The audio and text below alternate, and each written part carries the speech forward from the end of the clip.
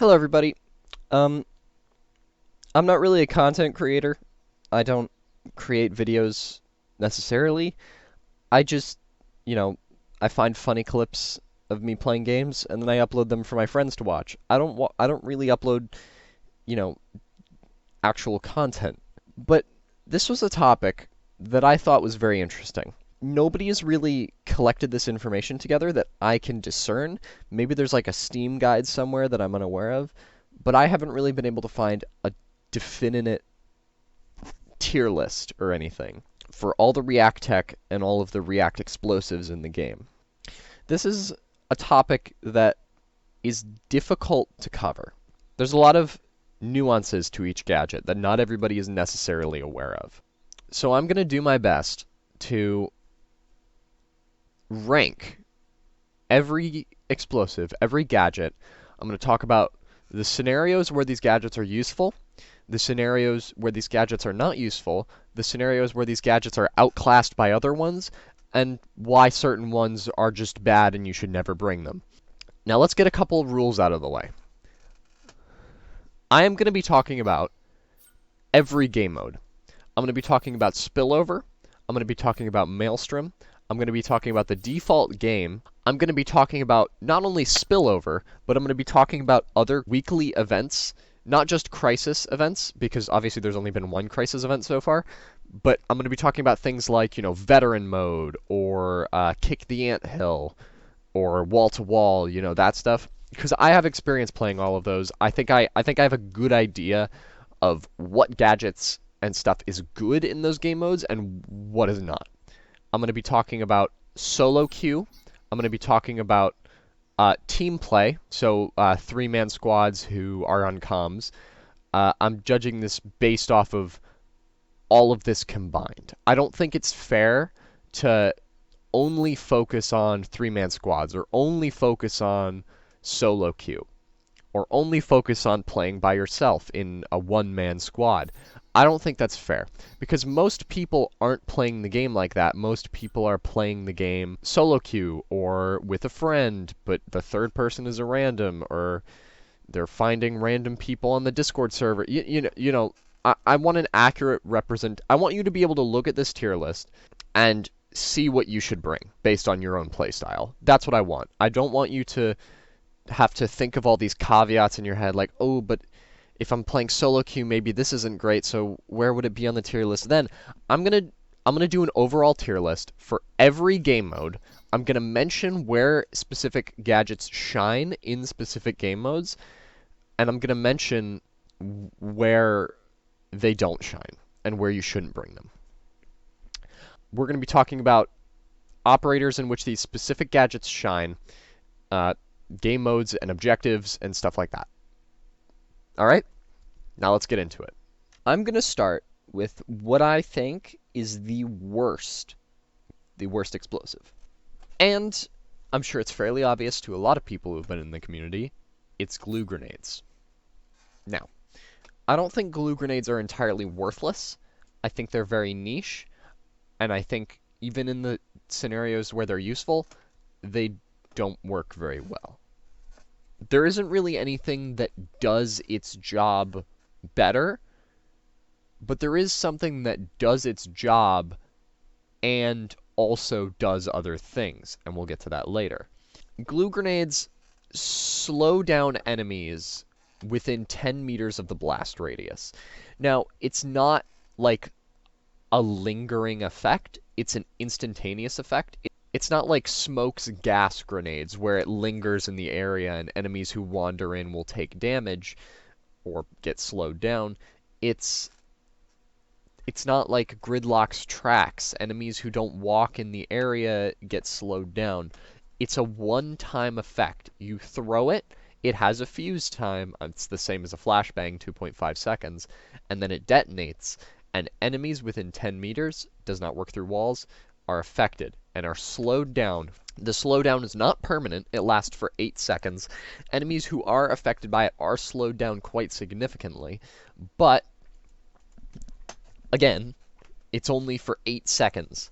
If it lasted forever, I could see it being useful against something like maybe an Apex, where it being slowed down permanently might make its attacks easier to dodge, and it might make it harder for it to run away. But that's not how it works. It doesn't last permanently. It lasts 8 seconds. In that case, a flashbang would be better.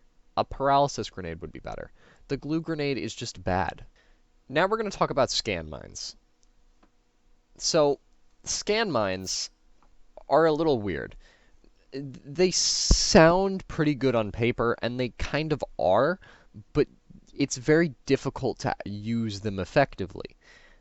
This is because they have such a long setup time, and that's it. They cover a 6-meter area, not through walls, and they scan Archaeans within range. They are not targeted by Archaeans. However, they can be indirectly destroyed by Archaeans, like Breachers. They can be destroyed by Bloaters. They can be destroyed by Smashers who, like, step on them, because Smashers deal damage to things they step on. And they can be destroyed by Apexes with their Energy Blast ability.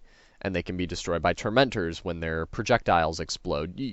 They can be destroyed indirectly, but they are never directly targeted. It's not like an alibi or anything. They do scan Cloaked Archaeans, which is very useful for certain objectives, but the only situation I've found where these things are actually useful is Spillover. These things are meta, I would say. These things are very, very good. If you have enough setup time and you're playing your cards right and you're getting your canisters down in a timely fashion and maybe overlapping them so you have extra time later on, if you're doing that, the scan mines are pretty good, especially for the Cloaked Archaean bubbles. You can get a lot of these, especially with when you start resupplying on your React Tech. You can get a lot of scan mines, and since you can pick them back up, you might as well put every single one down that you can, and then pick them up and bring them to the next objective. Even if a few get destroyed, it doesn't matter, because you can get so many, especially if you're bringing an operator who has gear up, in which you carry 4 scan mines instead of 3. It's ridiculous. These things, they sound very good, and they kind of are, but they only really shine on 2 objectives in 1 game mode. If you have a sabotage and a serial scan objective, they in one mission, I mean, if you have 1 defense objective, you shouldn't bring scan mines. If you have 2 defense objectives, it's justifiable. Even in these kinds of missions, you need to really, really do some mental gymnastics to justify bringing scan mines over Claymores. The problem with scan mines is that they take so long to set up, so they're limited in their use on Spillover. They can be destroyed quite easily because they have a low health, which limits where you can place them. I want them to be good, but they just everything else is better. They're by no means bad. You're not throwing by bringing them. But if you're running like triangulation and rescue and MIA operator, like if you're running these objectives, which is a majority of objectives in the base game, there's no reason to bring scan mines. You can't even use them for reconnaissance because you have to place them down directly at your feet. You can't like throw them like a frisbee. It's just sad. I wish they were better, but they just aren't. That's why they're in E. The smoke grenades. So in my tier list, I've placed them at E. I think smoke grenades are actually slept on a little bit. Smoke grenades are pretty good. They're a bit of a jack of all trades explosive. They do a lot of things. Now, I did a little bit of testing because honestly, I don't think anybody's really used smoke grenades. I think people equip them because they have nothing else to use, end up not using them for their first few missions, and then they unlock impact grenades, and then they switch to those. I think smoke grenades are genuinely pretty good. Now, how they work, you throw it, and then for 15 seconds, there is a smoke cloud. This smoke cloud blocks your teammate's vision, but it also blocks the enemy's vision.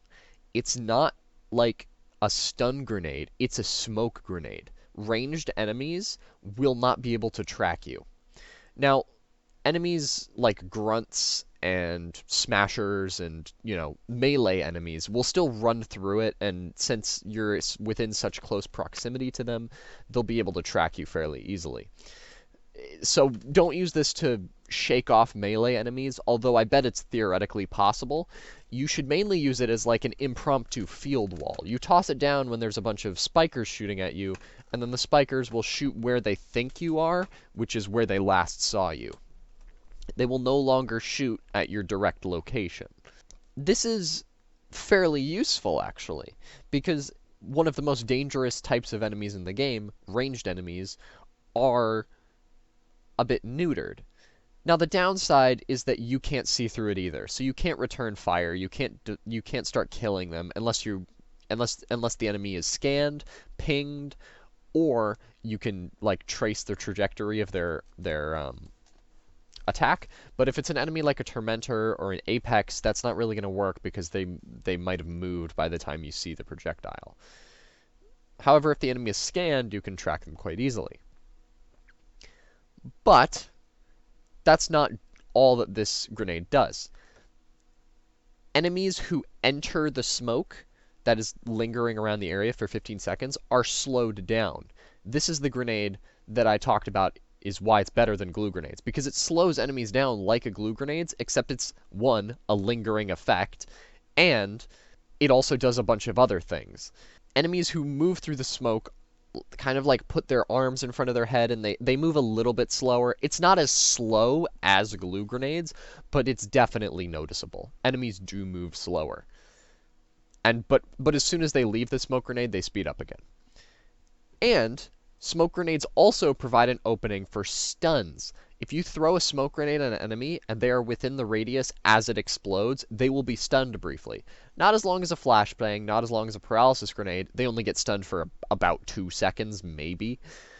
But it's enough to get takedowns in. So if you're on like, I don't know, a takedown mission, or you have to kill an elite enemy, if you throw down a smoke grenade and you're close enough that you can close that gap and get the takedown, smoke grenades work.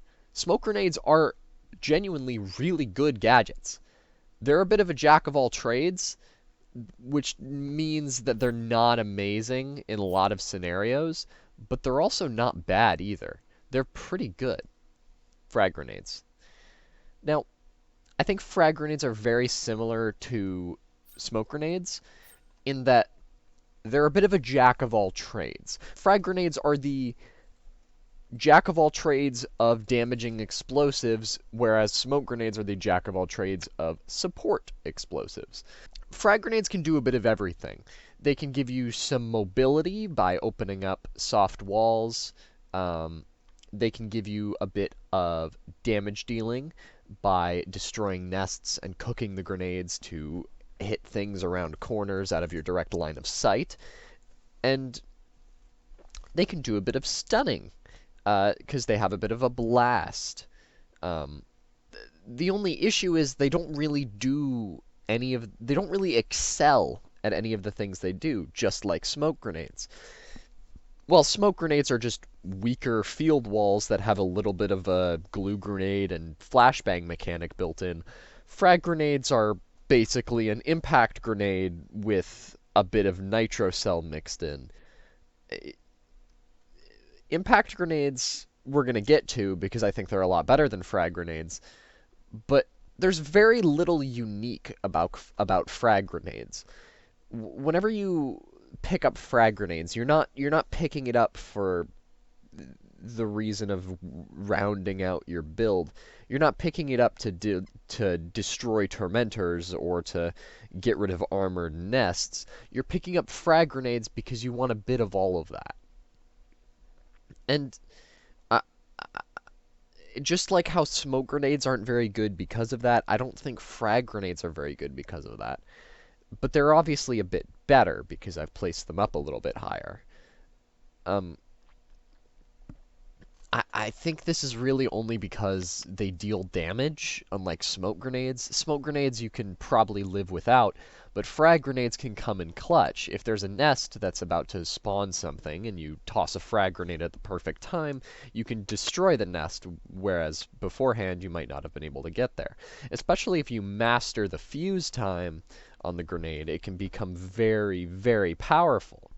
Now, I did a bit of testing with frag grenades. Frags, they don't hurt you when they detonate in your hand, which is actually pretty useful. You'd be surprised.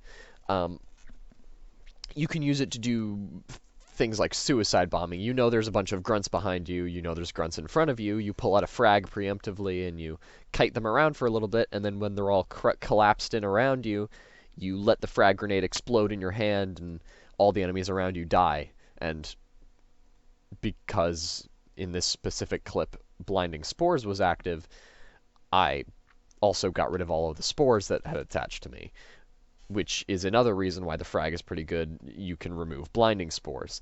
This isn't unique to frag grenades. Flashbangs, paralysis grenades, glue grenades, impact grenades. Basically everything can get rid of these, including arc mines, surprisingly. I think the only damaging explosive that doesn't automatically target for blinding spores is Claymores, which is weird because arc mines do, but that's besides the point.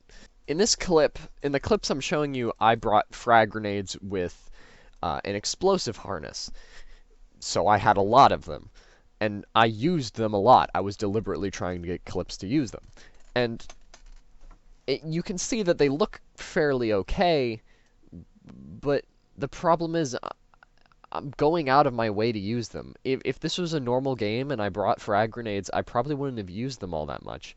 Maybe I would have used them to get rid of the blinding spores a lot, which I did do, and maybe I would have used it in the clutch scenario where there's a bunch of grunts around me, and maybe once or twice on some nests I didn't have the ammo to waste on. But a lot of the nests I killed with the grenades, I really didn't need to kill with the grenades, and honestly, it wasn't my first instinct. I really wanted to shoot them, and then I remembered I had to use my grenades and pulled them out and used them. The problem with the grenades is I just don't use them very much, because I'm not used to using them, because I'm used to saving my react tech. The problem with these frag grenades is that they don't deal a lot of damage when compared to Nitro Cells. Nitro Cells, they have a shorter fuse time in total, because if you throw out a Nitro Cell, you can detonate it whenever, and the time of pressing G to the Nitro Cell detonating is about 3 seconds, whereas frag grenades, it's always 4 seconds. With Nitro Cells, you can also extend the amount of time by just delaying the time when you press the button to detonate it. And you can also use Nitro Cells as a trap by, setting it to walls or setting it on a floor and then luring enemies into it. Nitro Cells just have a lot more versatility. Whereas, if you want a high damaging grenade that is useful for killing tormentors, you don't bring frags, because you need 2 frag grenades to kill a tormentor. I know this because I directly hit one in the foot and it didn't die and I had to use another one. And if you want to kill apexes, obviously you shouldn't use frag grenades either. You're going to burn through like 6 of them before the apex dies, or becomes anywhere even close to dying. It might be easier to hit an apex with a frag grenade than a Nitro Cell, because you can throw it farther and you can cook the fuse, but it's not that hard to hit an apex with a Nitro Cell. It's just slightly easier with a frag. And Nitro Cells deal numerous more damage. You can kill an apex in 2 or 3 Nitro Cells. You can kill a tormentor in 1 Nitro Cell.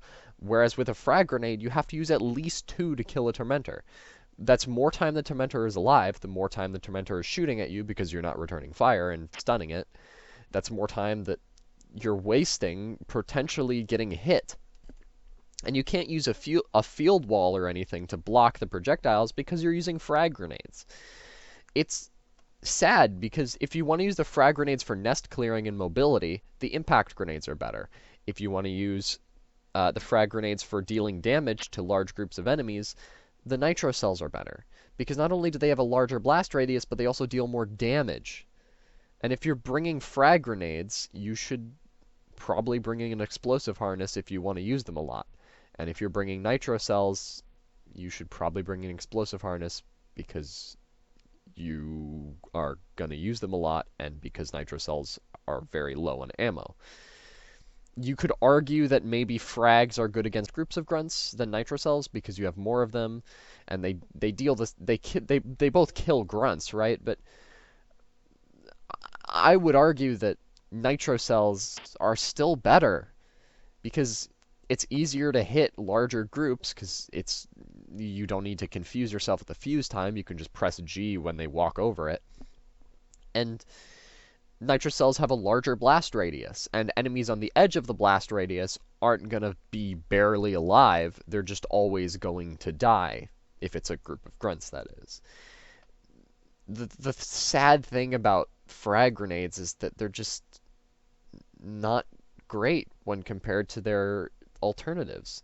It's truly a jack of all trades, master of none scenario. There's just no winning with these guys, and it's sad because they're fun to use, but they're not more viable than the other options. Now we're going to talk about Claymores. And Claymores I was surprised by. I honestly thought Claymores weren't that good, and I thought they were outclassed by arc mines in every way. I think I was wrong. Claymores are actually pretty good. Now, they're not good enough to make it out of D tier, and arc mines are better. Claymores deal the same damage as Nitro Cells from my testing. They can kill every enemy in one hit, including Tormentors. The only thing they can't kill in one hit is a Smasher from the front. I'm sure if you got a Claymore behind a Smasher somehow, it would kill them in one hit, but I couldn't do that because that's not something you should be doing. If you're behind them, you should just take down them or shoot them in the back. You shouldn't be trying to place down a Claymore. But you can kill Smashers with 3 Claymores if you hit them in the front. Apexes probably won't trigger Claymores because they're going to be far in the back, so you shouldn't be using Claymores against Apexes. But I think that the fact that they deal Nitro Cell damage is enough to make them pretty good. I think Claymores are actually fairly useful, especially if you're on a defense objective and you need to defend, like, Spires or something, or you need to make sure Tormentors don't get into a spot behind you. They're very good at flank watching, these Claymores, because if there's a doorway behind you, or there's a little pocket behind you that you know a Tormentor could come up from, but you just can't watch constantly, you could just put a Claymore on it. Because then if that Tormentor does pop up behind you, they will get instantly killed. They will die because the Claymore will explode. I think that makes it pretty good. And you can even use it as like a setup panic button.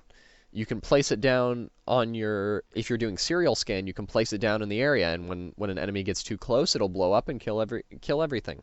It'll kill it all. It'll kill everything. And there's a bit of a delay before the detonation, but the Claymore also explodes in an area behind it as well. It's not just in front of it. It's a little circle around the Claymore itself, and then it's a big cone in front of it. So it does take a little. There's a little bit of a delay on the detonation, but I think this is intentional. I think if there's like a line of grunts running at you, right, and we got the little fucking the Claymore here. If the first grunt triggers the Claymore and then the Claymore instantly explodes, the grunt at the front dies and maybe the one behind it dies, but the entire line of grunts, of like 20 grunts, let's say, is untouched. However, since there's this little bit of a delay, the first grunt will get a little bit closer, and so will all the other grunts. Keep in mind, the delay is only like half a second. It is not very long.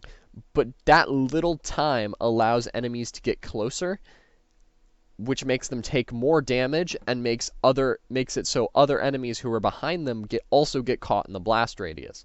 So instead of killing 2 grunts from an instantaneous detonation, it will kill like 8 grunts from a slightly delayed detonation. I think that this is intentional, and it makes the Claymores pretty good as an area defense tool, and it makes it so arc mines don't outclass them in every way. Claymores are very good for defending from a Tormentor, because Arc Mines do not instantly kill Tormentors. They deal the same damage as a Frag Grenade, Arc Mines, but they chain between enemies, obviously, which is why they're good, and why I think they're better.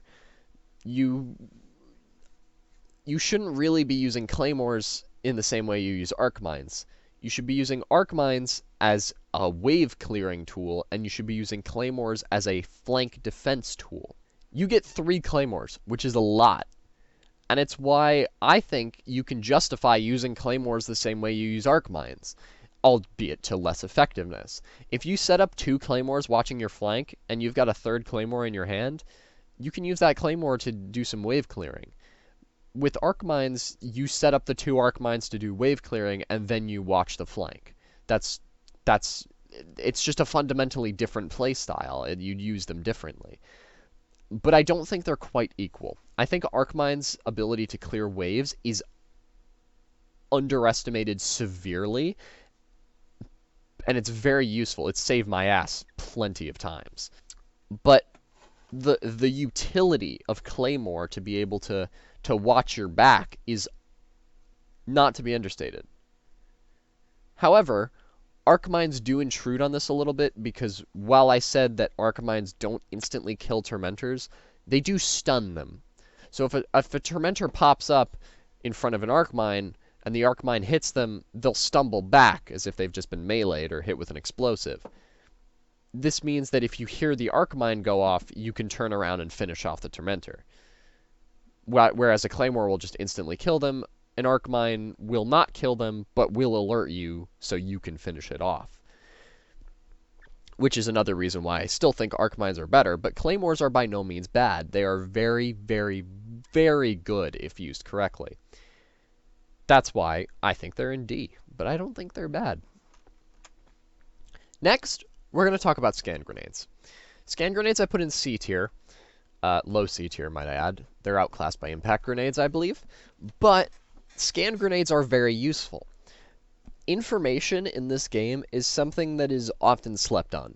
Now, I don't think the information grenades are very useful, mainly because the XR Recon Drone exists, and because you should always have one person running an XR Recon Drone. But if nobody's running a Recon Drone, and you really don't want to run a Recon Drone because you're playing Zofia or something and you need a revive kit, Scan Grenades are a good backup option. You get 4 of these bad boys. That is a ridiculous amount. Having 3 of something is considered a lot. But having 4 of something, you are encouraged to just, like, throw these things out like they don't even matter. Which makes sense, because they're deliberately one-time use. They scan a wide area, don't get me wrong. 12 meters is a large area. They scan Archeans, they scan objectives, they scan cloaked Archeans. They scan everything. They scan everything within a 12-meter area. It's very, very good. You can basically toss it into a room and instantly know everything that's in the room. And since it's a 12-meter area, it even reaches nests on the roof and stuff, unless it's on like the roof of the hangar. Now, the downside to scan grenades, they don't last forever. They don't last for a long amount of time. They just kind of work once and then they're gone. Which is fine because you have a lot of them, but if you're on an objective like, you know, if you're on a defense objective like serial scan or sabotage, you know, it won't help you. It's for offensive recon, not for defensive information gathering. Scan mines are outclass scan grenades in that specific department, but I feel like offensive recon is a bit more important than defensive recon, because with defensive recon, unless you're on like unless you're in a Chimera fog map, you don't need to defensively recon. You can just see the enemies coming towards you. You can hear them.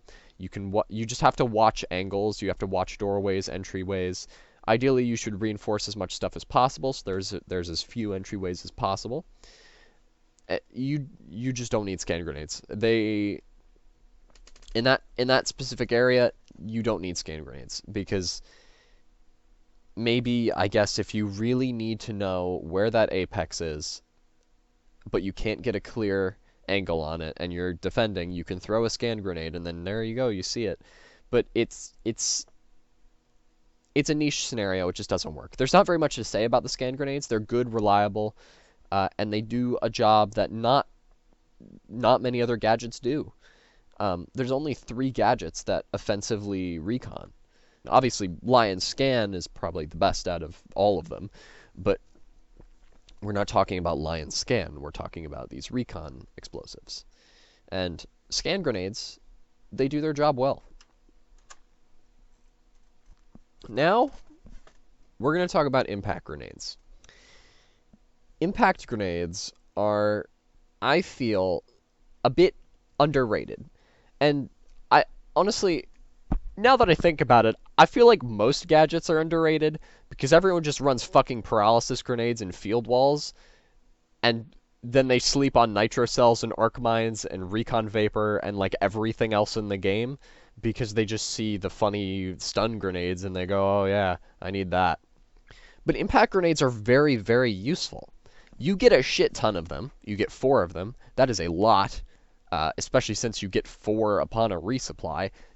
Impact grenades are very good, very solid. I really like how the devs balance this game because I feel like every gadget has a purpose. Every explosive has a purpose, except glue grenades. The main reason you're going to bring impact grenades is because of the mobility. You gain a lot of mobility from bringing impact grenades because you can open up soft walls incredibly fast. This means you can set up defensive sites better. This means you can offensively retreat better. This means you can clear sprawl very quickly. If you're playing an operator like Sledge, you shouldn't bring impact grenades because his sledgehammer does the job better. But impact grenades do their job and they do it well. You don't want to use impact grenades offensively. I did some testing. The only scenarios where you should use impact grenades is if there's a nest that it's birthing and you don't have ammo, you throw an impact grenade at it because impact grenades will one-hit kill nests, but any other enemy will take at least 2 grenades. Spikers and grunts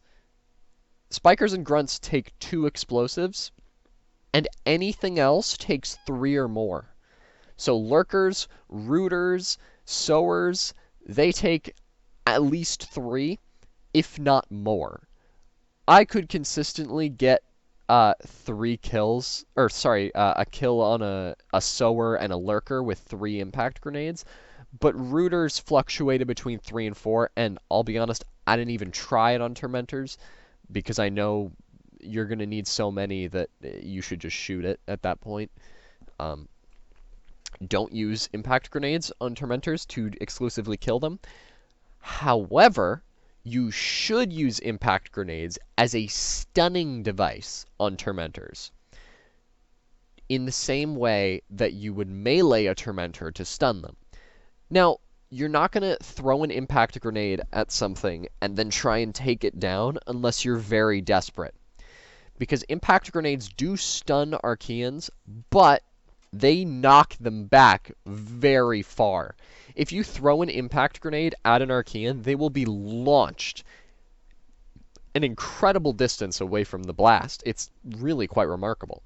And this means that if you were to try and impact something to take it down, you would need to be right next to an indestructible wall, or a soft wall that's far enough away from the blast radius that the Archeans can bang against, so you can run up and take them down. And keep in mind, Archeans hit by impact grenades are only stunned for a couple seconds. They aren't stunned for an extreme amount of time. The only exception to this is tormentors. As far as I'm aware, tormentors cannot go flying like other Archeans can because they're like rooted into the ground.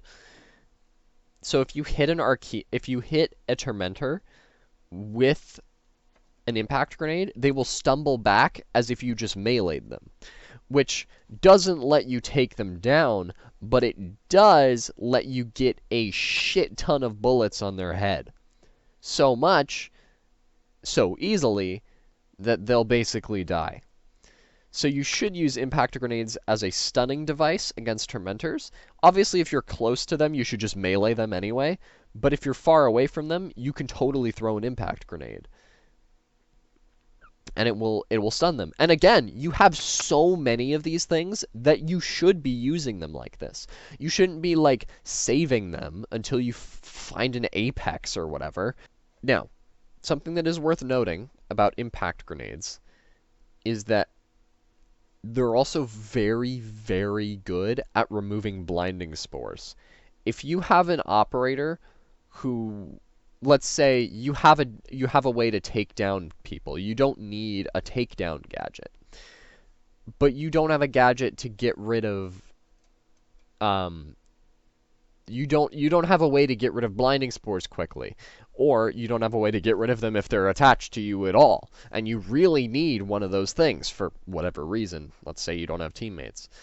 Impact grenades fit that niche perfectly. Impact grenades they have such a large blast radius. They have a larger blast radius than frag grenades. If you throw an impact grenade at a cluster of spores, it's very likely it's going to get rid of all of them, even if they're at a weird elevation or on a weird bit of furniture. You're going to kill all of them, all of the blinding spores. And even if you don't, you can just run in, collect all the blinding spores on your body, and then throw an impact grenade at your foot.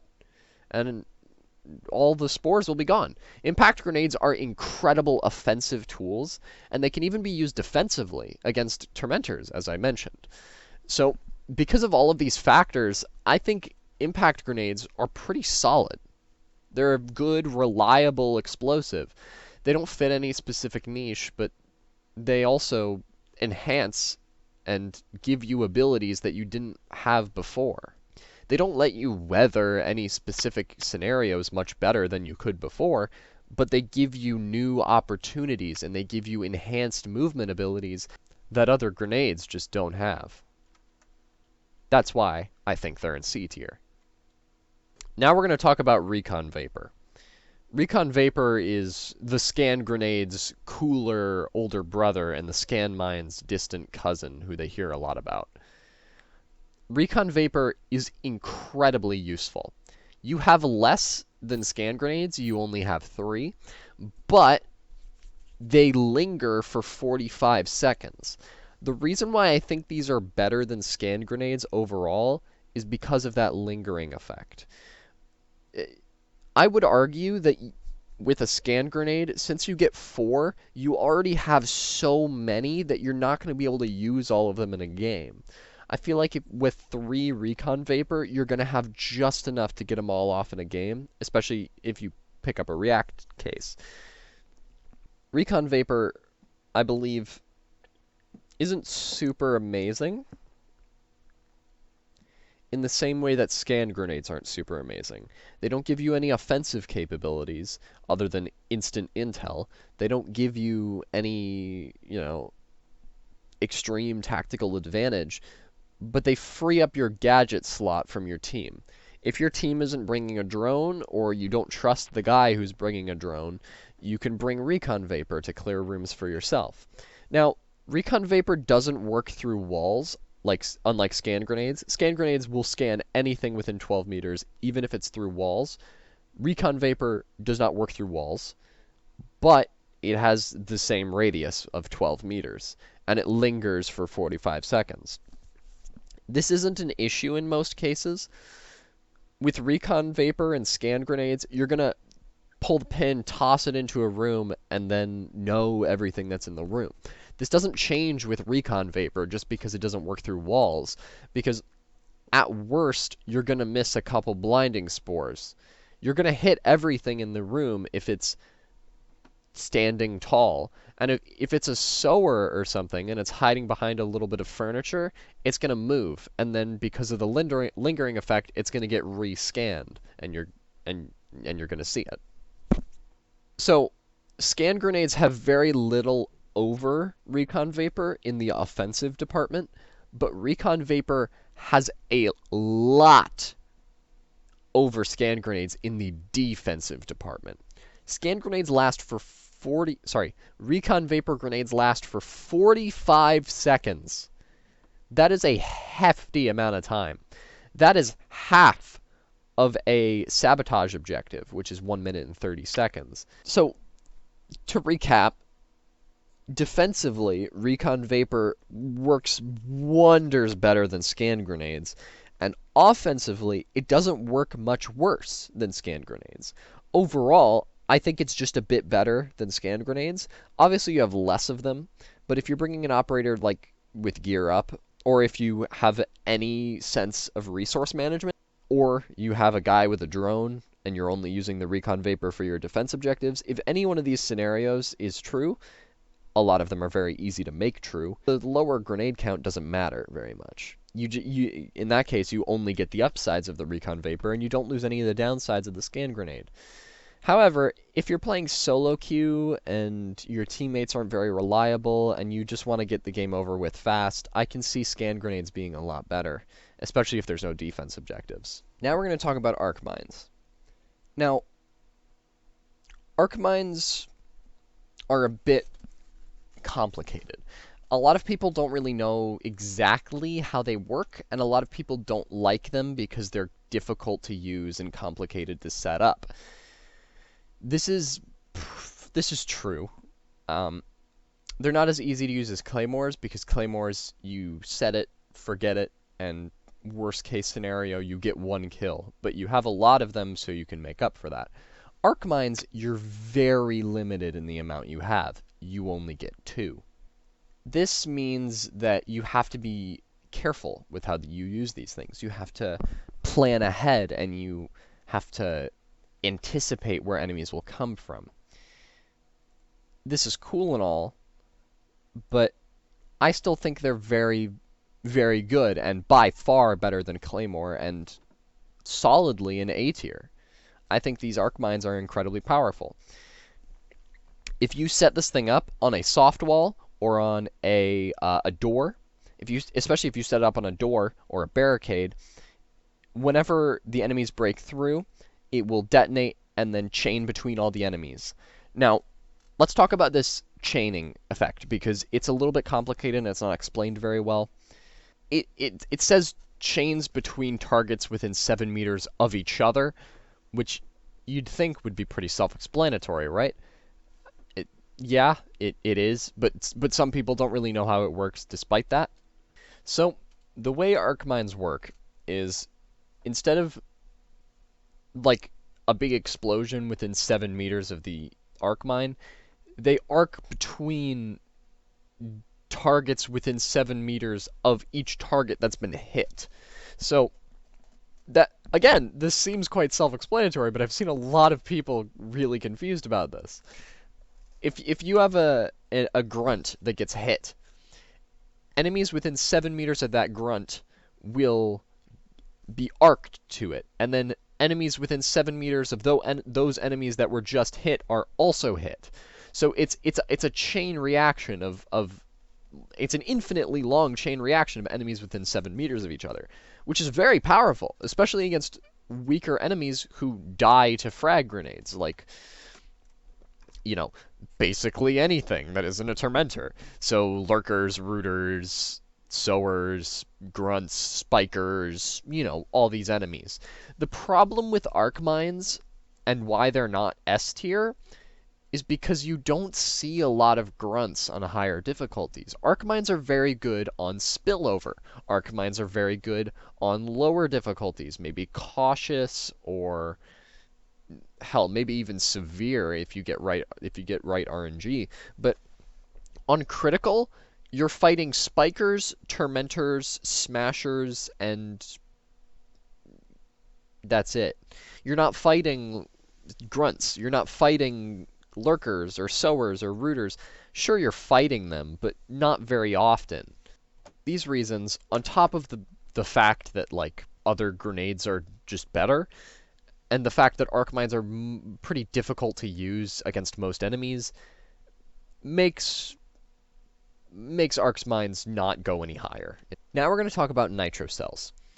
Nitro Cells are probably one of the best equipments in the entire game, and not in like a caveat way like Arc mines. Nitro Cells are good in basically every situation, but I don't see them used a lot. I think I think Nitro Cells are severely slept on in the community. Because people just see Paralysis Grenade, Flashbang, Field Wall, Paralysis Grenade, Flashbang, Field Wall. And hell, I don't even see Field Walls that often. It's just fucking Flashbangs and Paralysis Grenades half the time. Maybe a fucking Recon Vapor if you're lucky, but holy shit, I never see Nitro Cells. Nitro Cells deal a fuck ton of damage. They instantly kill every enemy in the game except for smashers from the front.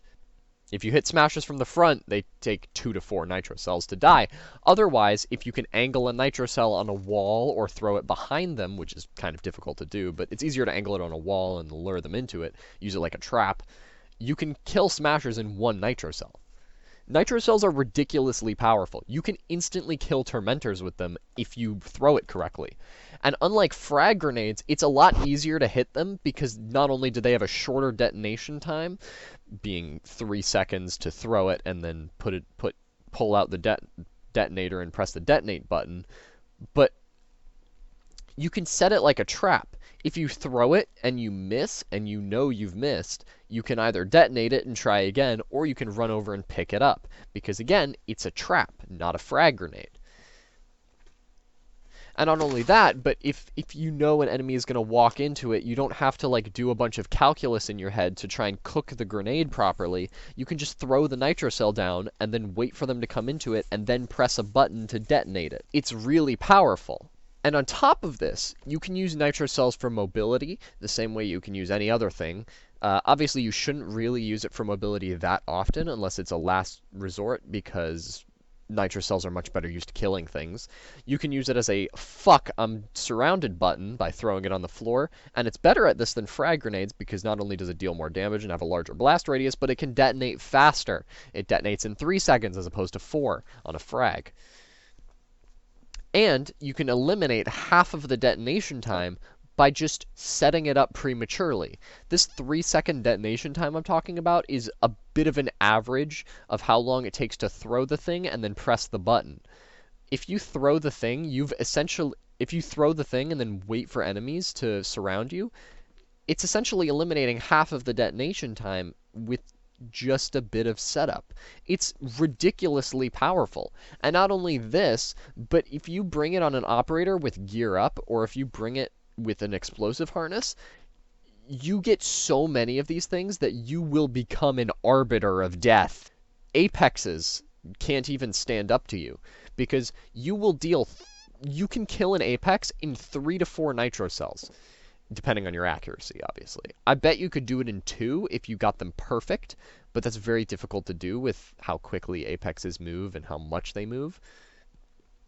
Unless an Apex is summoning, you're not going to be able to get that kind of accuracy. But otherwise, you can totally do it. And not only this, it doesn't just kill the Apex, but since it has such a large blast radius, it will probably kill the minions the Apex is summoning as well, and clear the sprawl that is around the Apex, which limits its range of mobility. It's very powerful. It's fucking ridiculous.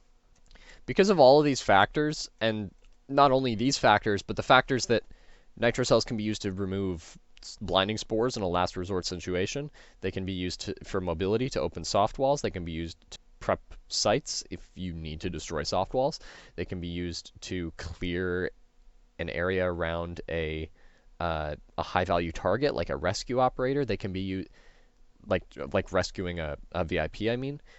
Because of all of these factors, I think Nitro Cells are solidly an A tier.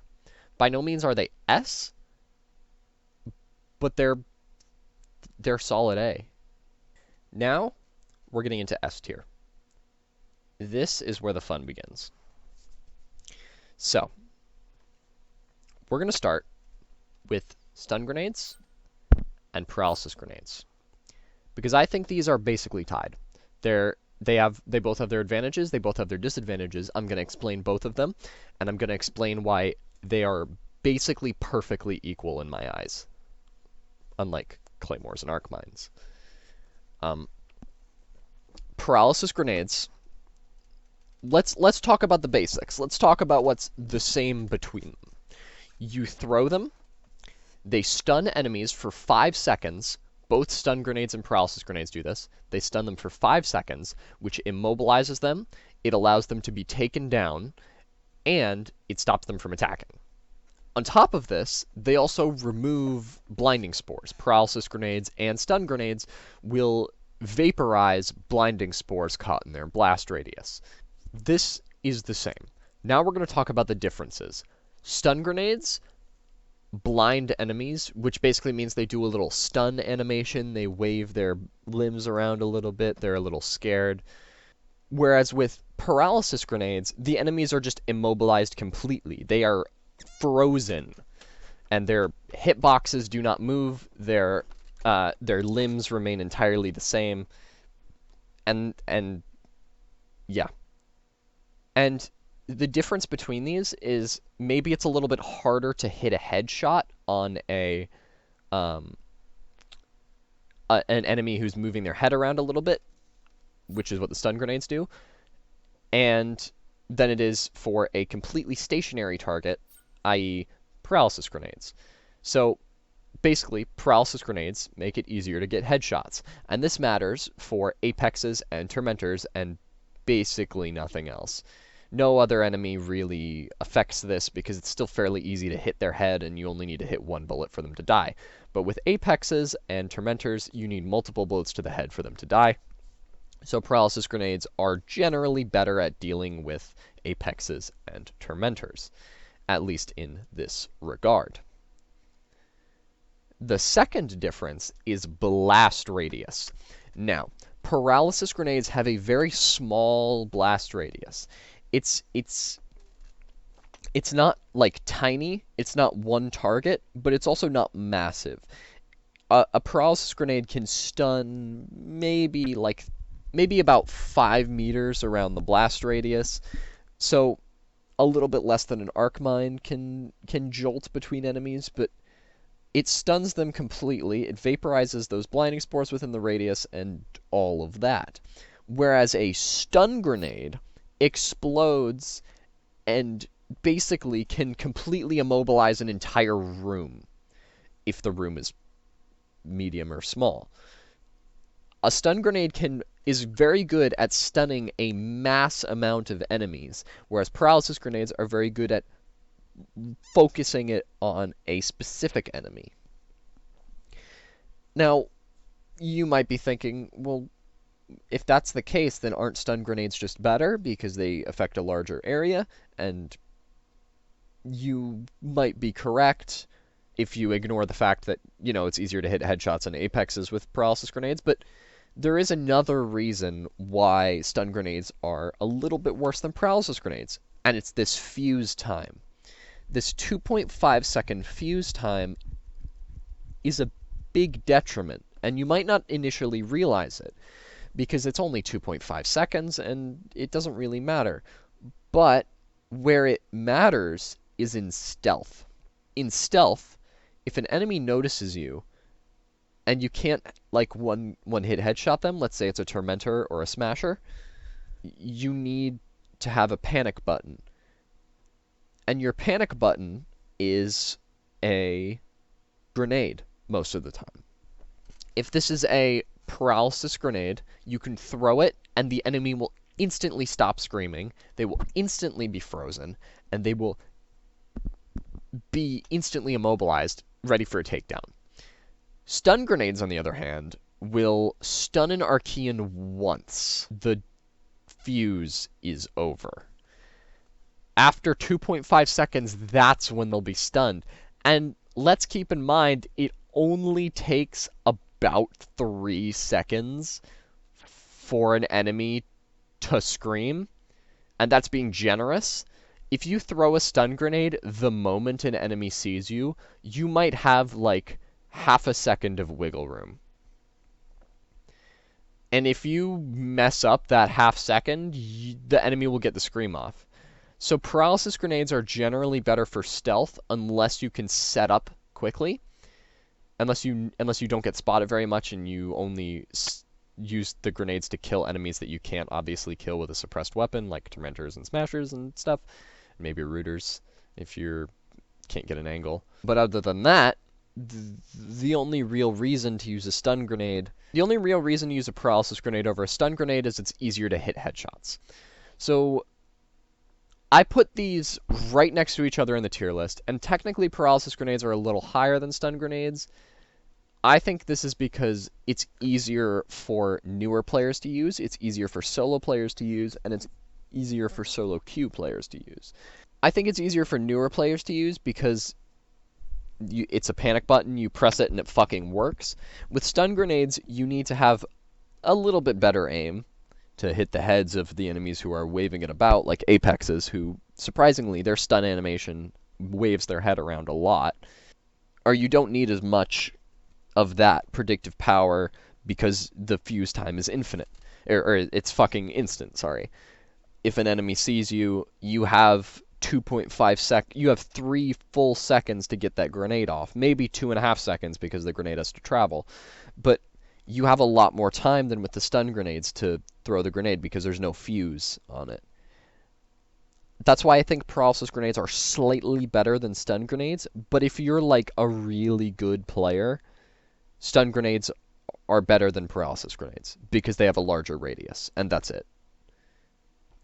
Now, why do I think flashbangs and paralysis grenades and all of this is better than Nitro Cells, which are arbiters of death? Because of stealth. Stealth is one of the most important things in this game. If you fuck up stealth, it's very likely you will entirely fuck up your entire game.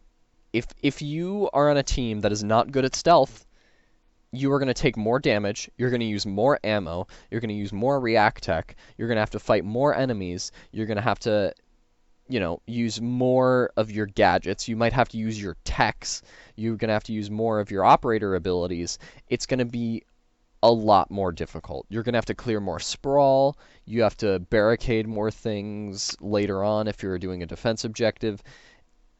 It's going to be a nightmare. Stealth is vital in this game for success. If you can't be stealthy in this game, you're going to have a fucking awful time playing it. Nitro Cells are good at fighting enemies when everything's gone to shit, right? When you've got 3 Apexes at your back, 6 Tormentors at your front, an army of Spikers behind them, that's when you want Nitro Cells. You want to take some of them down with you so your teammates have an easier time fighting them. You don't want to stun them for 5 seconds and then go down slightly closer to your teammates. It's not going to matter if they're stunned for 5 seconds if you die anyway. If you kill a bunch of the enemies, then your teammates are going to have an easier time rescuing you. That's when Nitro Cells are good. But if you bring stun grenades or paralysis grenades, you don't have to get in this situation to begin with because you will have stealthed your way through the mission. If you fuck up, and you will fuck up, you have a dedicated button that lets you get out of the fuck up and lets you save the stealth if you get spotted by a Tormentor or something that you can't kill easily. It's a real lifesaver to have this panic button that you can just press at any time and then stealth is saved.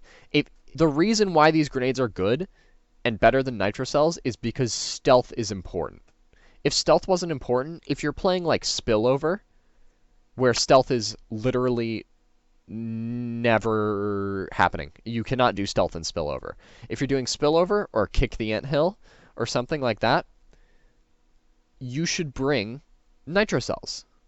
You should bring Nitro Cells because you'll be able to kill enemies faster. You won't need to go through a long takedown animation. You'll be able to kill enemies instead of just stunning them.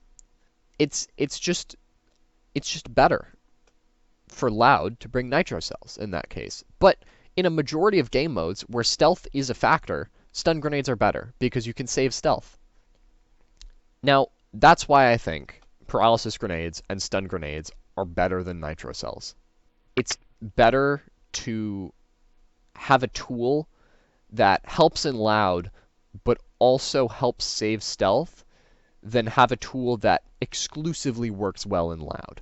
Because you might have a game where you never get to use your Nitro Cells, because you were just sneaky the whole way through.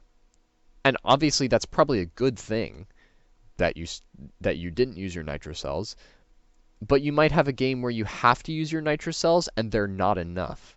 And if you brought Paralysis Grenades, you wouldn't have lost stealth and you wouldn't have lost the game. That's why I think Paralysis Grenades and Stun Grenades are S tier, while Nitro Cells are A. Field Walls.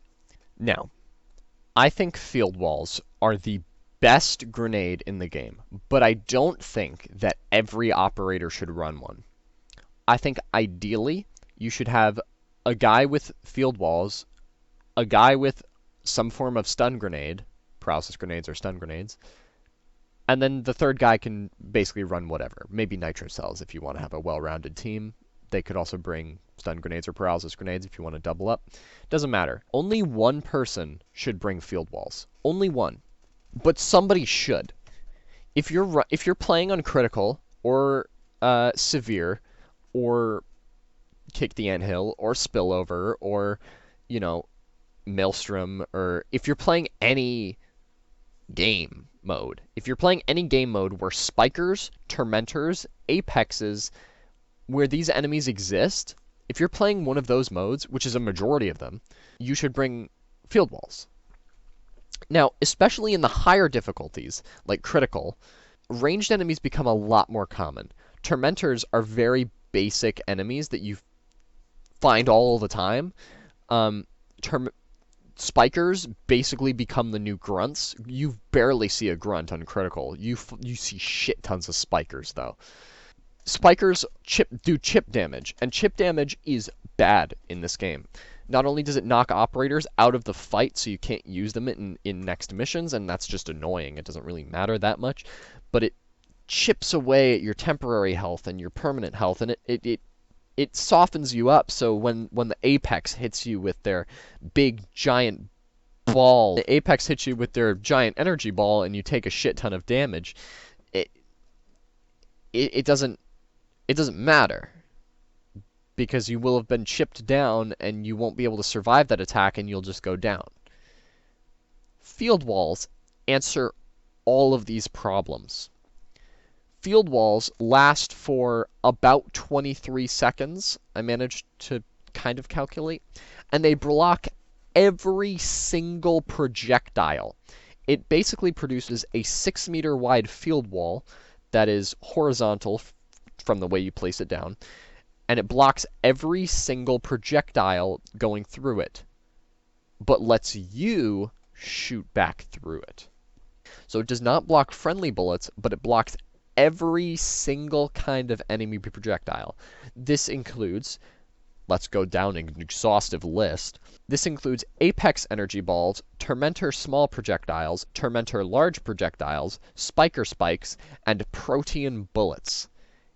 Now that's not very impactful because most of the time you aren't going to be getting shot by Proteans, or if you are, you won't have enough time to place down a field ball, but it's worth noting if you're fighting somebody like Alibi who summons a lot of enemies. Gadgets can be essentially hot-seated, if you will. Whenever a gadget is picked up, its charges, its duration, everything about it is refreshed. This works for Jaeger turrets, Alibi prismas, Tachanka turrets, and, well, field walls. If you can get good at hot-seating gadgets, Jaeger becomes a monster. Hot seating mechanic makes operators good, and it makes this gadget the best one in the game. It lasts for 23 seconds by default. Don't count on that. Pick it up when it starts flickering, which can sometimes be very difficult to tell, so I would just pick it up every 10 seconds or so if you can. What are the Archeans going to do?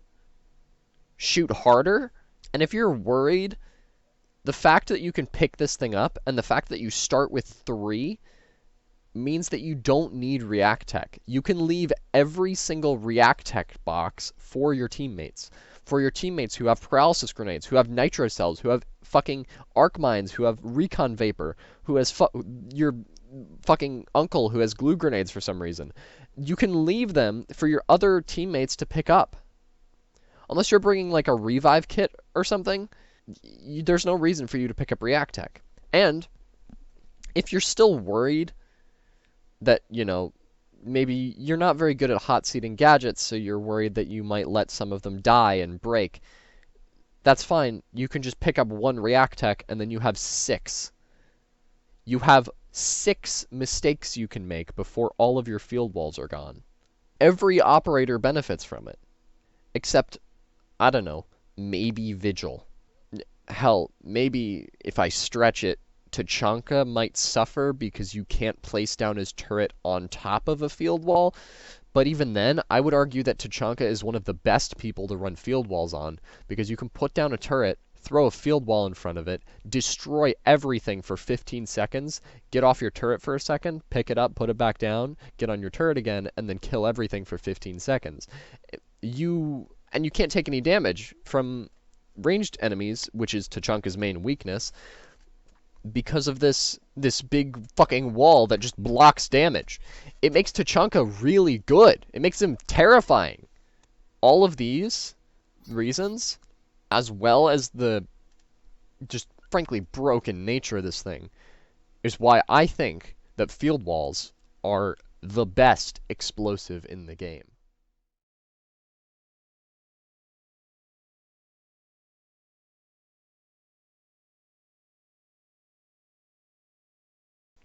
Alright, so we're back, and now we're going to talk about the React gear. So, gear is basically a secondary gadget. I've done a tier list, and it's less of a tier list and more of a straight line, because there's only 8 gears in the game, and there's 7 tier list tiers, so you know what I mean.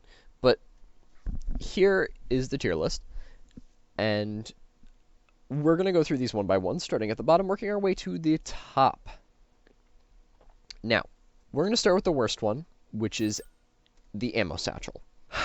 Just like how IQ's secondary ability of extra mags is the worst secondary ability in the game, the Ammo Satchel is the worst React Tech in the game. Why? You don't need ammo. In a normal game of Maelstrom, Spillover, normal game, Kick the Anthill, wall-to-wall, whatever, you do not need ammo. You get so much ammo from the environment. There is at least 1 box of ammo on every single map in Maelstrom. You get, on average, 3 ammo boxes in a map on fucking any normal map, like Truth or Consequences or whatever, any of the normal game modes. And that also includes Kick the Anthill and wall-to-wall and stuff like that. And Spillover, you get 4 recharges of ammo per operator because you start with 12 and there's 3 operators. You get a ridiculous amount of ammo in this game. The devs really didn't want to make sure you ran out of ammo. Even if you bring an ammo light weapon, like a DMR or a shotgun or, I don't know, a revolver, you still have more ammo than you know what to do with. With those guns, you're going to be killing enemies very quickly. You're going to be using less ammo overall to kill enemies. And even if you use the same amount of enemies as an assault rifle, it doesn't really matter because you still have a fucking ridiculous amount of ammo. There is no reason to bring the Ammo Satchel because you have so much ammo already. The only exception to this is maybe the Veteran game mode. Now, I didn't play the Veteran game mode, as I told you earlier, but I have talked to some people who have played it, and I've seen videos of it, and the Ammo Satchel is pretty okay, because in that specific game mode, whenever you press the reload key, it discards all the ammo in your magazine. So if you shot 1 bullet and then started reloading, the extra 30 bullets in the mag would go and they would disappear and you wouldn't get them back. Which basically means for every single time you reload, you're dumping all of your bullets from that you just loaded into the gun. This is bad, obviously. It also doesn't matter if it's a shotgun, because that's not how shotguns reload. In those game modes, there's still ammo spawns, but since you burn through ammo so fast, you probably will run out of ammo at some point. Now, if you're somebody who places your shots well, you don't spray very often, you aim for the head when you can. If you're an average player, you still don't need the ammo satchel on veteran. As long as you can get an ammo box pretty early on, you still don't need an ammo satchel. If you're somebody who hits the body a lot and you don't hit weak points very often, you know, you have a habit of reloading every time you fire one bullet, maybe the ammo satchel is worth it in that specific game mode, in that specific context. But in every other game mode, in every other context, even within the game mode of veteran, there is no reason to bring the ammo satchel. You just don't need ammo. I'm sorry, you just don't need ammo. Now we're going to talk about body armor. Body armor is the second worst gear in the game, in my opinion. Now, I see a lot of people using body armor because they think it's good. I used to be one of those people when my only choices were Recon Drone body armor and revive kit. But nowadays, there's so many better options that body armor is really not good. Even in the best case scenario, body armor isn't going to do anything that a field wall or anabolic accelerant or stealth gameplay can't. The problem with body armor is that it's outclassed by its other contemporaries. If you have a Rook, body armor is entirely useless. If somebody plays Rook, there is no reason to bring body armor, because Rook's body armor gives you 40% damage resistance, and you're going to pick it up anyway. There's no reason to bring body armor if you have a Rook, but Rook isn't that common of an operator to see, so, well, maybe if you have a Doc instead, maybe it would be okay, right? Because you get more mileage out of your health. If you have a Doc in your team, I would advise against bringing body armor, unless you're somebody who takes constant hits. If you don't know how to dodge projectiles, if you don't know how the melee key works, if you don't know you can press V to push enemies away from you, there's no reason to bring body armor if you have a Doc. The only upside to body armor that is worth mentioning is the fact that you always fall to down but not out when wearing body armor. And that's good until you realize that you lose body armor when you're downed.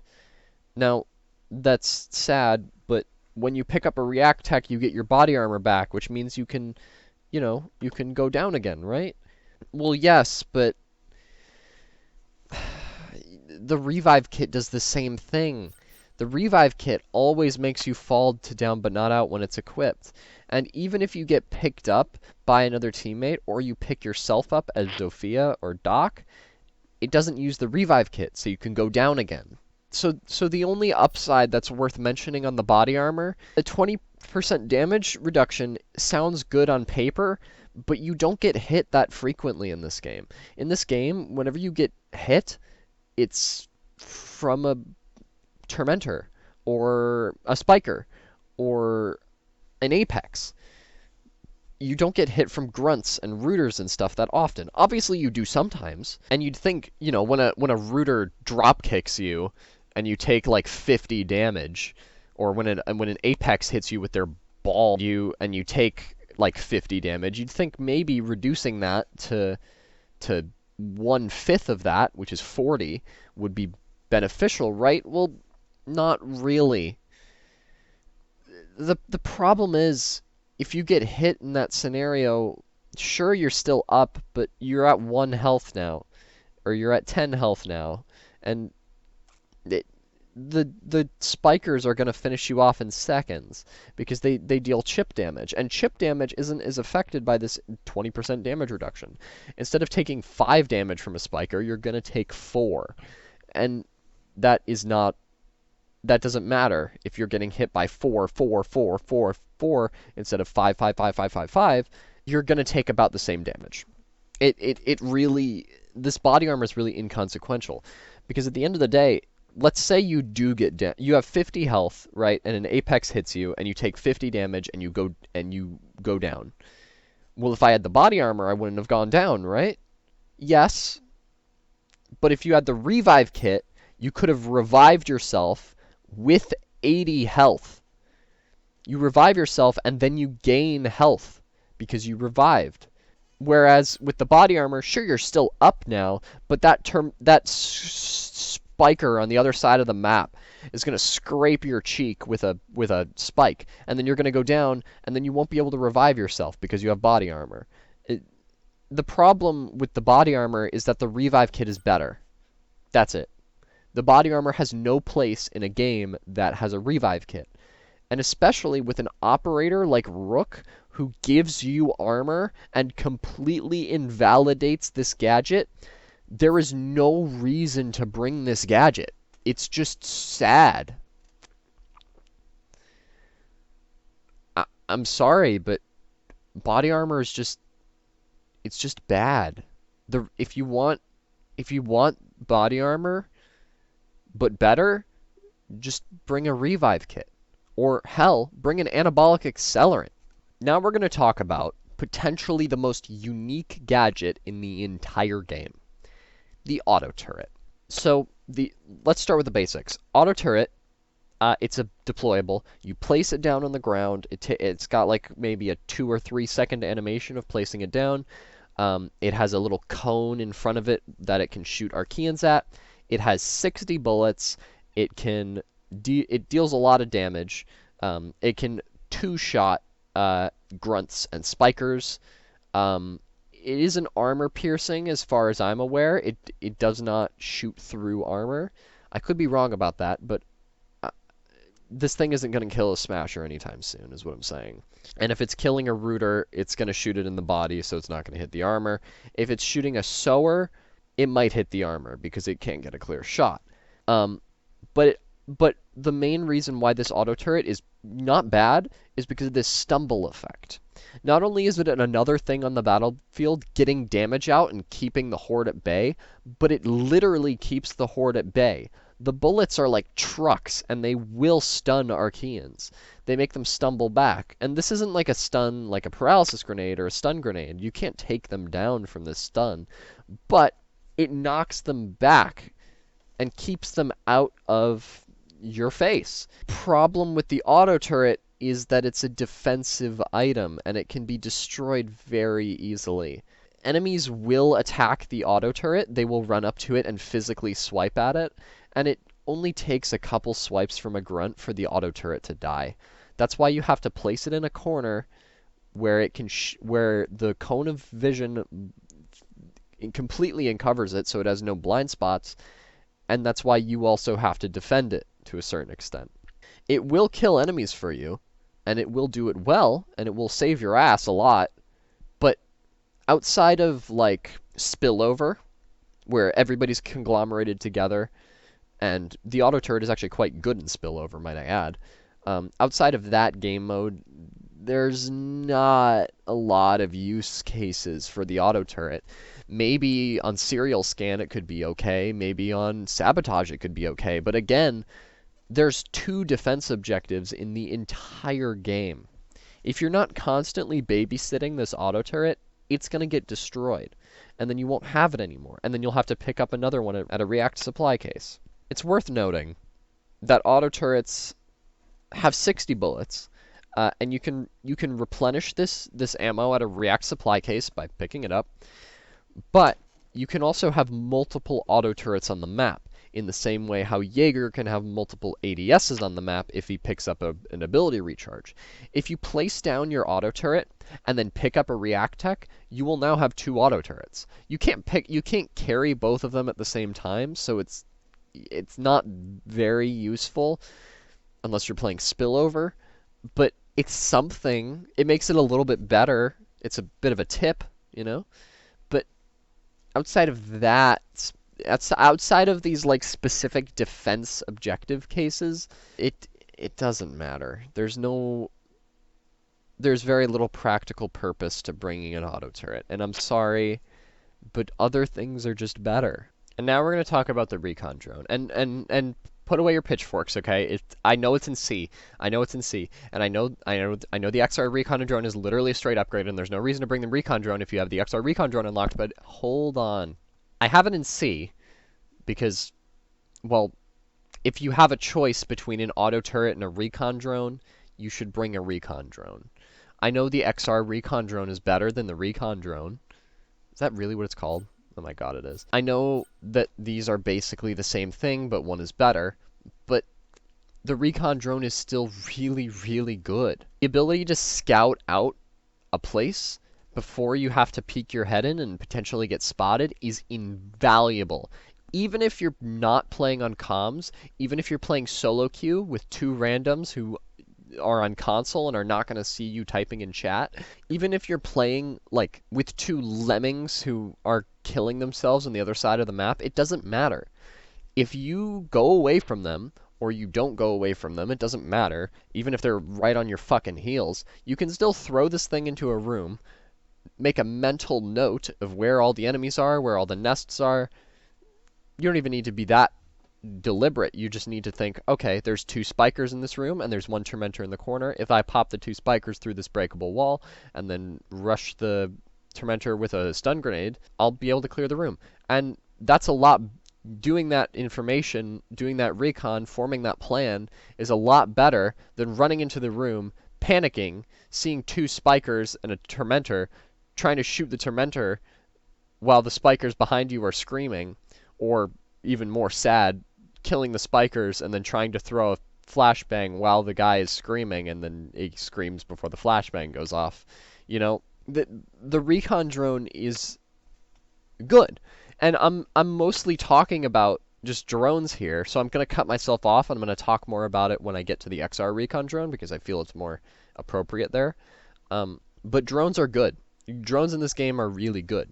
No team should have multiple drones. There should only be one drone at max, because multiple drones aren't going to help you. What are you going to fucking clear opposite sides of the map at the same time? I guess technically you could do that, but you're not doing any favors. You're not doing anyone any favors, and you guys splitting up is detrimenting the team. Because if one half of the map gets alerted, you're going to have to run over and help them instead of being right there to help them right now.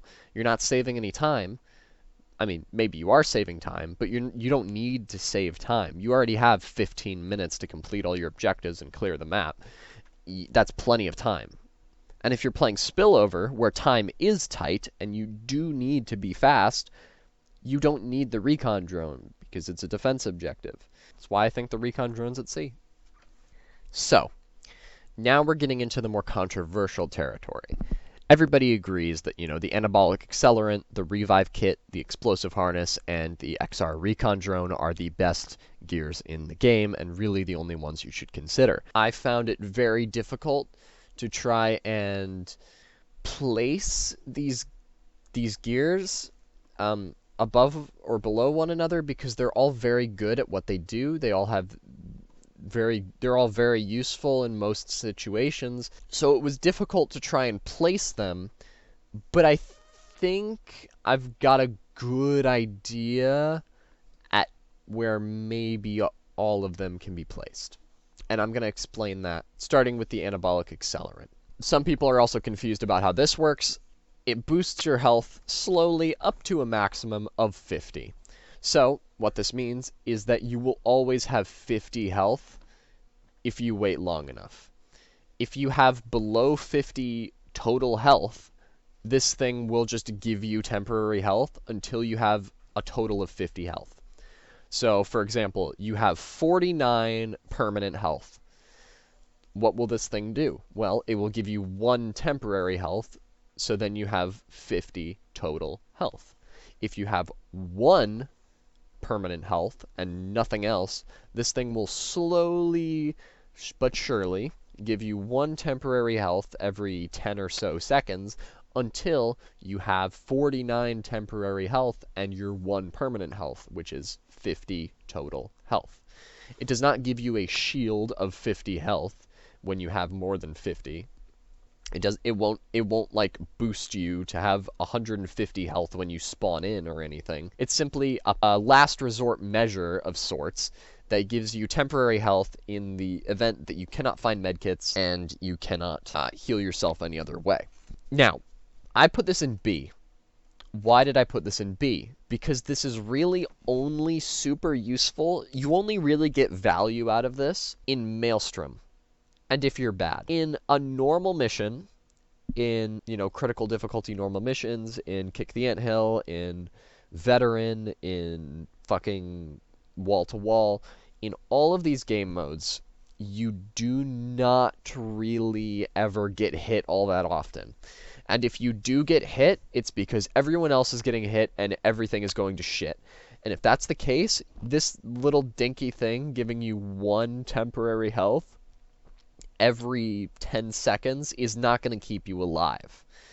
You're not going to be able to hide in a corner for 3 minutes, getting 18 temporary health, and then going out and facing the world.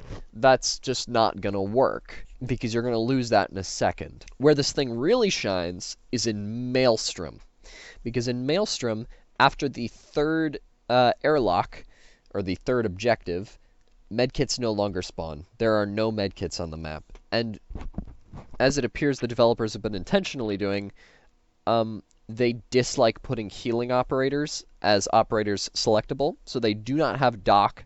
There has not been a single Maelstrom week so far where Doc has been an operator. And Finka, who is a temporary healing operator, who only temporarily heals, has only been in like 1 or 2.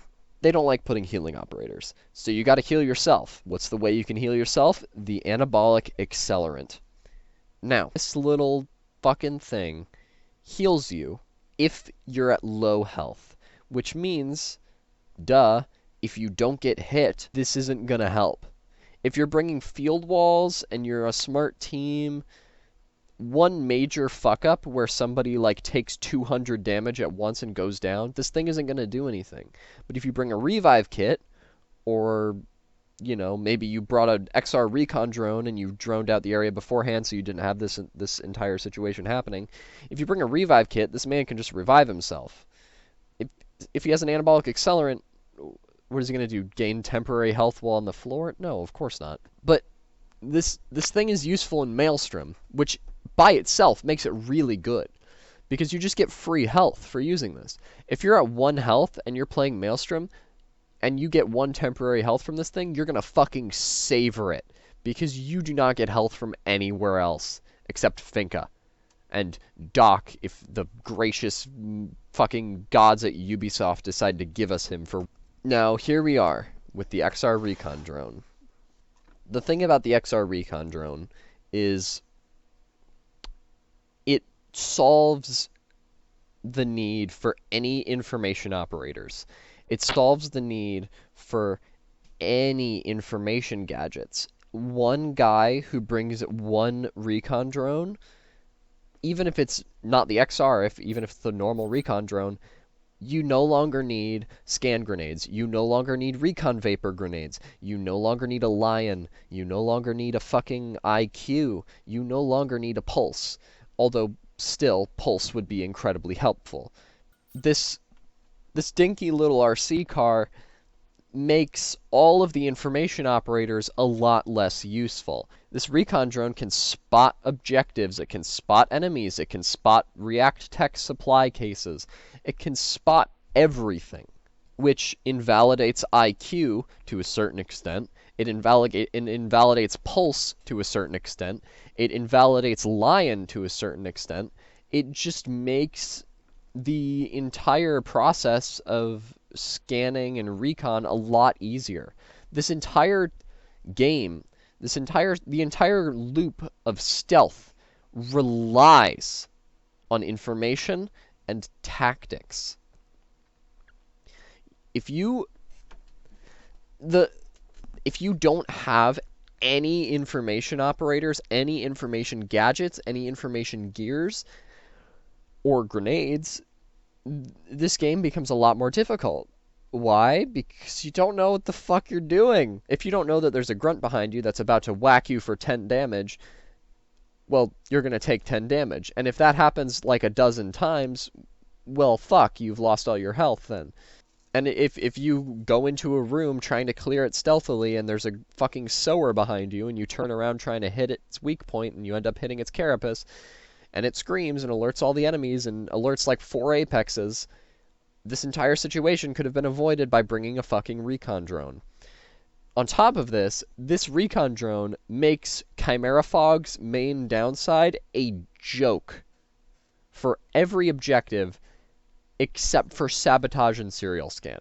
With defensive objectives, where there's a timer and you need to constantly kill enemies, or an offensive objective where you need to kill enemies and you can't do it stealthily, the recon drone falls apart because the recon drone relies on stealth. You can only use the recon drone stealthily to gather information. If you're playing Spillover, right, this thing is basically worthless. There's no reason to bring a recon drone because whenever you're on your drone scanning enemies, you should be off your drone shooting enemies. There's no reason to bring the recon drone on Spillover. But on every other game mode, every other one, including Kick the Anthill, you should bring a recon drone. At least one on your team. You should never bring 2 recon drones on any team, ever. You should never have more than 1 drone, because all the other people should be bringing Anabolic Accelerant, should be bringing explosive harnesses, should be bringing revive kits, and hell, even an auto turret or fucking body armor would be better than 2 drones. That's being a bit dramatic. But my point stands. You should bring a drone, but only 1. If you bring multiple drones, you're just sabotaging your efficiency. And I know I'm repeating myself from the point where I talked about the normal recon drone, but it's worth reiterating. The drone is fucking powerful. You need this thing, and this thing can make stealth a fucking breeze. This dinky little RC car and a little bit of coordination can make stealth easy. And if stealth is easy, the entire game is easy, because most of the game can be completed in stealth, and the objectives that cannot be completed in stealth can be completed a lot easier by clearing out all the enemies beforehand with stealth. This game becomes a fucking dream if you know where all the enemies are before you enter the room. Just like how drones are fucking important in Siege, drones are fucking important in this game. If you're playing Spillover, you shouldn't bring a drone. So it should be an F? No. This thing is in low A because most game modes, you should bring one, always. But a lot of the time, you don't really need a recon drone. In certain maps, in most maps, might I add, you don't need a recon drone to clear out rooms. In most rooms, you can clear them out by you can spot all the enemies by looking through the wall with your React UV light, and you can formulate a plan from there, and you can take little quick peeks into the room and spot if there's any other enemies. Enemies have a very limited sight range. It's kind of surprising. If an enemy isn't directly alerted, as in like they're running around looking for you, they won't see you very easily. They won't see you very often. Their vision is severely limited. That's the only reason this thing isn't S tier mandatory, is because, well, you can work around not having it. Although you really should still have it. That's why I think the Recon Drone and the XR Recon Drone are vital to every game. And that's why the XR Recon Drone is an A. The Explosive Harness. Now, when I first started playing the game, I thought that this thing was among the worst gadgets in the game. Back then, I also thought that the ammo satchel was pretty good in Maelstrom, so, you know, whatever. But I'm past that now, you know? The Explosive Harness is the second best gear in this entire game. And this is mainly because things like Nitro Cells exist, which are incredibly powerful, but are balanced out by the fact that you don't get too many of them. If you're bringing a field wall, you shouldn't bring this. If you're bringing paralysis grenades or stun grenades, you probably shouldn't bring this. If you're bringing impact grenades, if you're bringing scan grenades, if you're bringing Claymore, you probably shouldn't bring this. But when you should bring this is when you bring Nitro Cells, when you bring arc mines, and when you bring paralysis grenades to a certain extent. You don't need to bring paralysis grenades with an explosive harness. If you're bringing stun grenades, you're already probably good enough that you know how to ration them out, and you probably don't need an explosive harness. But honestly, it's a fad idea to bring an explosive harness with those 2 stun grenades. The explosive harness is terrifying. It makes some of these explosive gadgets good when they wouldn't otherwise be. The reason why the Nitro Cell is an A is the reason why this explosive harness is an A. Because if you bring an explosive harness with Nitro Cells, you get a ridiculous amount of fucking explosives. The only reason that this explosive harness is good is not because you deploy with 3 additional react explosives, but it's because it increases your explosive carrying capacity. If you have 4 scan grenades and you deploy with this, you now have 7 scan grenades. And not only that, but when you pick up a react supply case, you have 7 more. You don't have 4 more, because this starts with 4. You have 7 more, because you have this, which makes you start with 7. Which means if you find 1 react supply case, you have more scan grenades than you will need for the entire mission. And this could be argued with Nitro Cells as well. Because if you start with 2 Nitro Cells, and then you bring an explosive harness, and then you start with 5, and then you pick up a react tech, you now have 10 Nitro Cells. And each Nitro Cell can kill a Tormentor. And each 3 or 4 Nitro Cells can kill an Apex. And there's more react supply cases. Do you see how this thing just makes every fucking explosive good? Because you can just spam it. You can just spam it. This thing makes it so certain explosives are viable. If this thing didn't exist, this fucking stupid harness, Nitro Cells would be in C tier. Because I'd be like, well, yeah, they're pretty good, but you only have 2 of them. Or 3 if you have gear up, or if you're an operator with gear up, which is pretty rare. But that's not the case anymore. With this, you can make every operator an operator with gear up times 3. This fucking stupid little belt with a fucking 2 smoke grenades and an impact grenade strapped to it is single-handedly the second best fucking thing in this entire game just because of how powerful the grenades are. The only reason why it's not mandatory S is because field walls exist. And field walls are the strongest gadget in the game, and they're infinite. You don't need an explosive harness for it to work. They work without explosive harnesses and without react tech because you can hot seat them. That's the only reason this thing isn't an S. And also the fact that stun grenades, paralysis grenades, claymores, scan mines, impact grenades, scan grenades, recon vapor grenades, all these grenades don't really need an explosive harness if you ration out your explosives properly. In other words, this thing makes every gadget broken. It makes some gadgets go from terrible to broken, and the only exception to that is field walls, which were just broken to begin with, and you can't really make more broken. This thing has to be A, and if not, this thing has to be low S.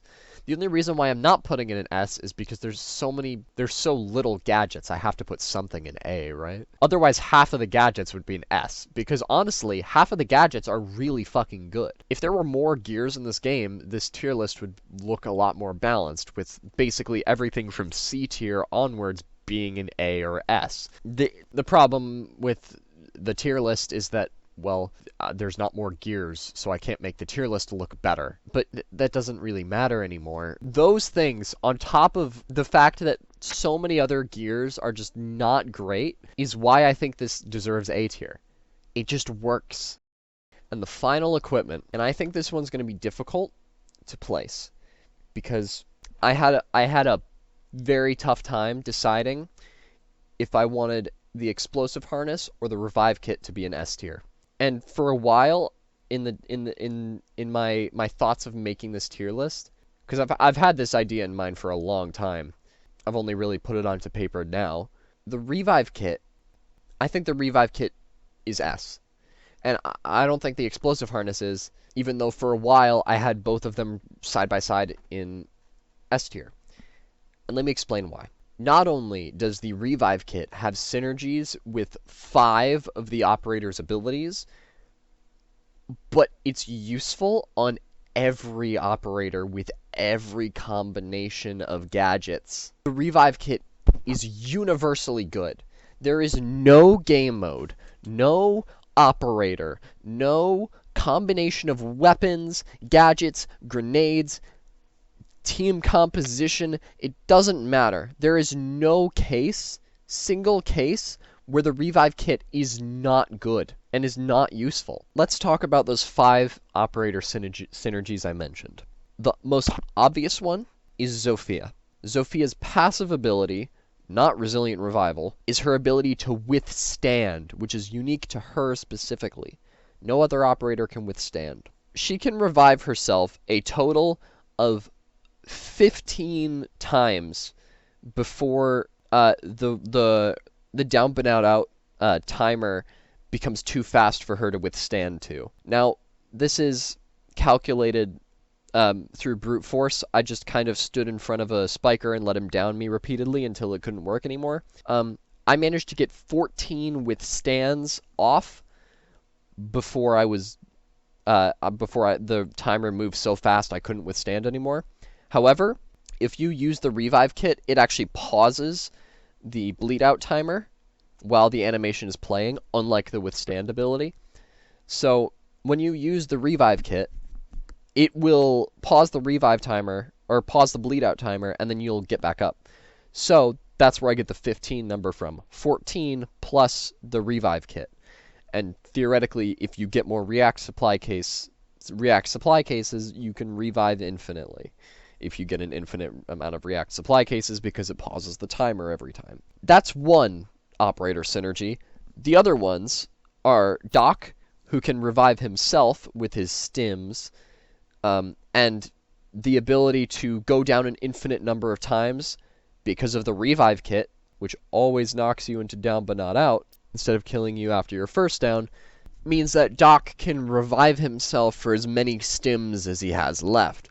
So I would say on average a Doc will have about 2 or 3 stims on him at any given time. Mainly because, well, he gave 1 to his teammate, 1 to his other teammate, and then 1 to himself at the beginning of the game, or, you know, he's healing up his teammates throughout the game, or maybe it hasn't been an ability resupply in a while. He's going to have an average of 2 stims, which means he can revive himself about 2 times. Whereas, without this revive kit, he would have only been able to revive himself once, because the next time he would have gone down, he would have instantly been put into stasis foam. And the other operator synergies are with Capitao, Smoke, and Finka. And, well, technically Zofia, because she also has Resilient Revival, but Smoke, Capitao, and Finka. Each of these operators has Resilient Revival. Resilient Revival is a perk that... But I'm ready to jump in. Thank you. Resilient Revival is a perk that makes it so whenever you get a kill while downed, you replenish 5 downed health, and if you replenish all your health, you self-revive. Now, if you bring a revive kit, you don't really... Let's be honest. With these operators, you don't really need to bring a revive kit. With Doc and with... Whoops. With Doc and with Zofia, I would argue that it's basically mandatory to bring a revive kit, especially on Zofia.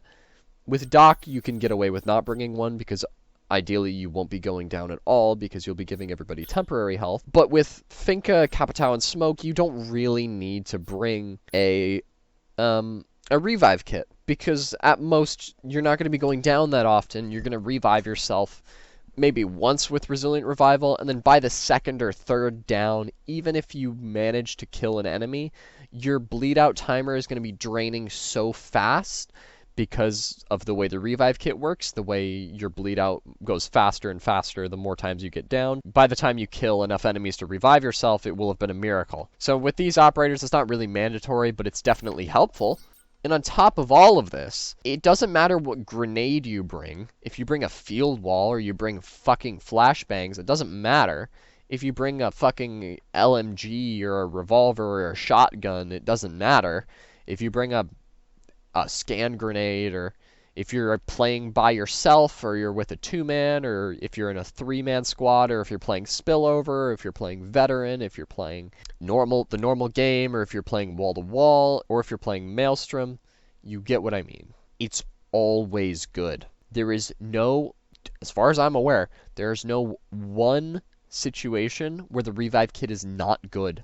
Because even if you bring it on, like, I don't know, fucking IQ, who doesn't have any abilities to revive herself and is pretty weak, you can revive yourself because you have a revive kit.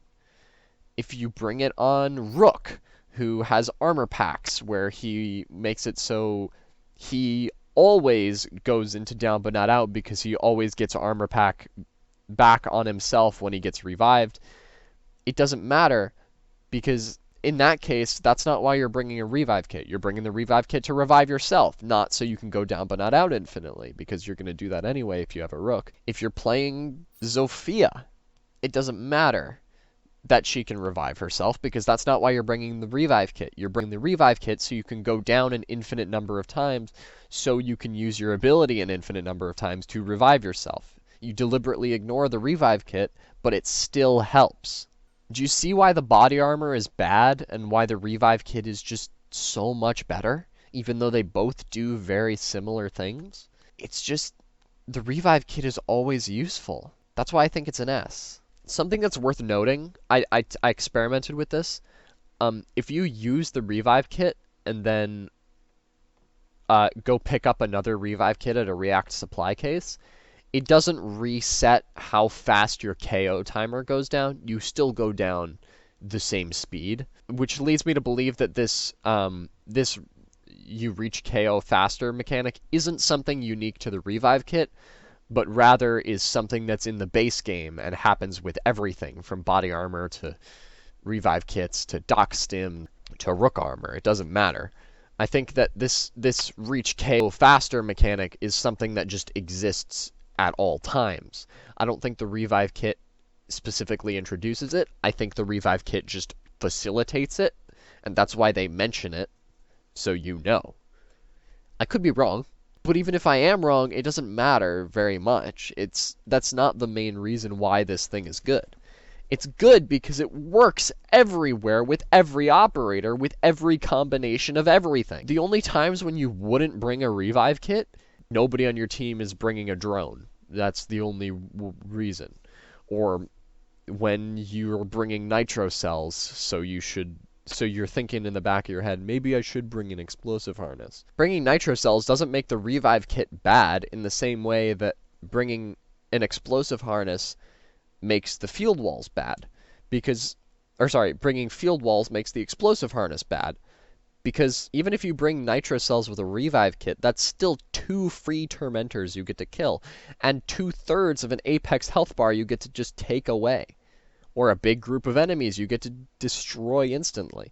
Nitro Cells, especially if you're bringing an operator with gear up, Nitro Cells aren't really dependent on explosive harnesses. They just really shine with them. All of this combined together, the fact that this thing is useful in all situations and all game modes, is why I think it's the best gear in the game. And it's funny, because it's one of the first ones you unlock. But often simplicity is truly the best. Thank you for watching my unscripted rambling for, I don't know, an hour. I don't know how long this video is going to be. I spent a lot of time working on this video, and this is really the first kind and style of this kind of content I've created, so, give me constructive, or hell, even unconstructive criticism in the comments, if you care. Most people won't, and that's not a bad thing. It's just fact. If there's any things you think I've missed, any opinions you might have about any of the grenades or React gears that I didn't mention, You know, like, oh, maybe if you throw a recon drone at an Apex's head and it bounces off, the Apex instantly dies or whatever. If there's anything like that I missed, please tell me, because it might influence my decision on where something is in the tier list. And to the viewers, not just to the commenters, any amendments, any adjustments that I think of or that people tell me about, I'm going to be putting in the description. As well as this, in the description, there's going to be a link to my tier lists I made for this video on tiermaker.com. As well as this, there's going to be some extra information that maybe I didn't mention in this video that I still collected, but I forgot to include for one reason or another. Maybe some raw data from some of the tests I did with particularly these explosives. A lot of the gear I didn't really need to test because it was pretty self-explanatory, and I've been using it a lot already. But a lot of the explosives, particularly the frag grenades, the claymores, and the ones that deal damage, I recorded some information about. A lot of it I mentioned in the video, so there's not going to be much down there, but I'm going to put it there anyway, just in case. And with all that said and done, again, thank you for watching this video. This is a bit of a passion project of mine. I've loved this game since it came out, and I might be addicted. Help.